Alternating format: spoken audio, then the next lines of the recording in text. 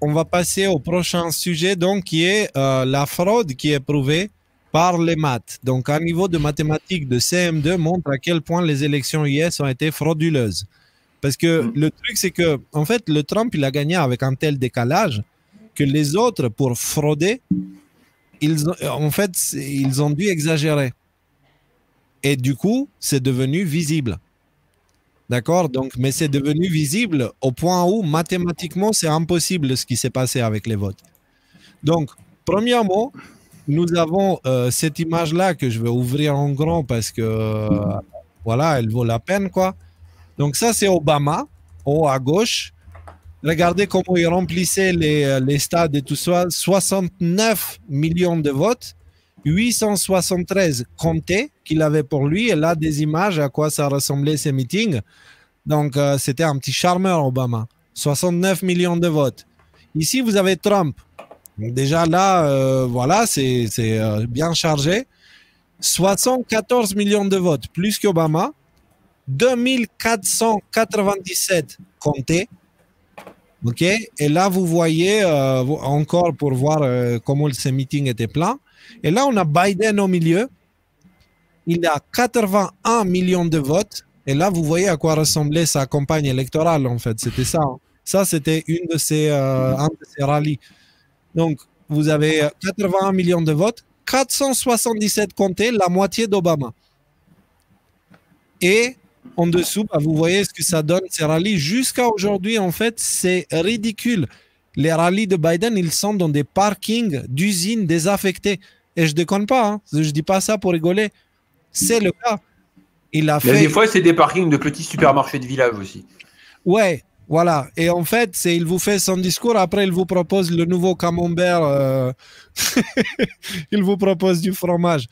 Ils veulent nous faire croire que cette personne-là a gagné les élections. Mais supposons, OK, que tout ça est à cause du Covid, malgré le fait que ici vous avez Covid, mais là aussi vous avez Covid. Et là, c'était quand même bien plein, donc ça ne change rien. Au final, si on revient pour faire le calcul mathématique, alors concrètement, je vais faire la version courte. Voilà, avec 212 millions d'électeurs votés, enfin enregistrés, des personnes qui peuvent voter, en fait. 212 millions. Et il y a un taux de participation de 66,2%, des chiffres officiels. Hein, ce qui fait 140 millions 344 000 personnes qui ont voté. Donc, si tu veux, ouvre-le.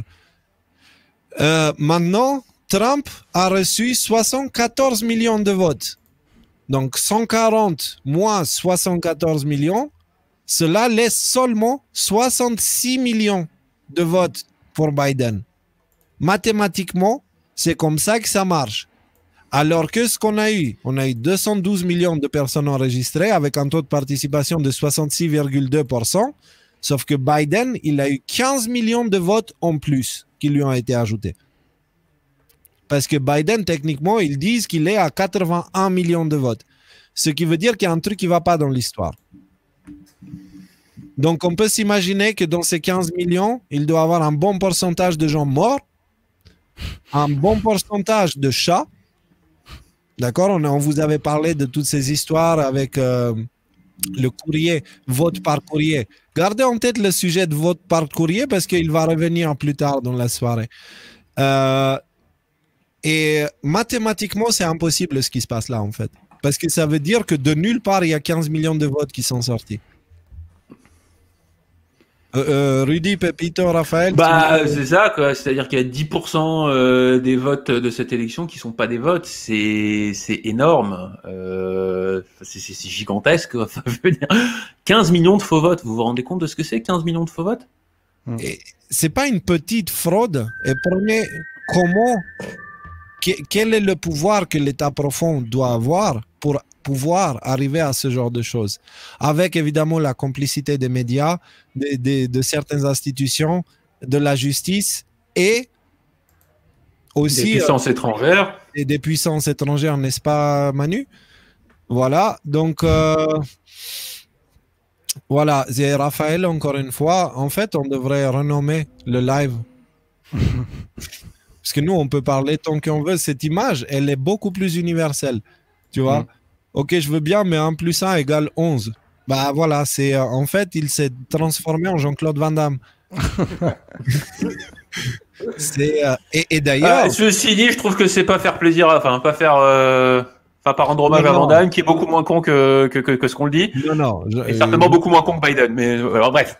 Non, JC, il est cool. Moi, je suis un grand fan de Jean-Claude Van Damme. Ouais, mais non, j'étais, en fait, je vérifiais là parce que j'ai demandé à la classe de CE1 de l'école primaire de Gif-sur-Yvette de recompter aussi, voir si c'était à la portée d'un élève de CM2 ou inférieur. Et effectivement, il y a un problème de calcul.